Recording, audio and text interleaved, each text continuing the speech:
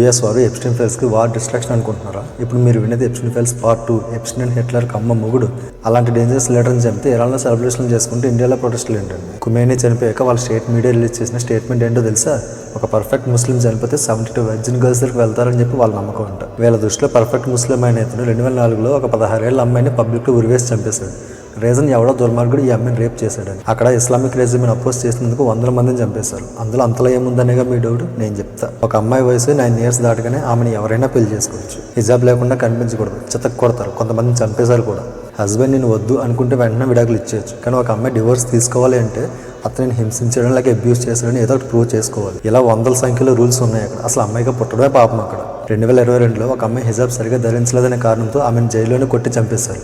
అది చూసిన I witness బయటకు వచ్చి అందరికీ చెప్పి ప్రొటెస్టులు స్టార్ట్ చేసినందుకు 551 మందిని అతి కిరాతకంగా చంపేశారు.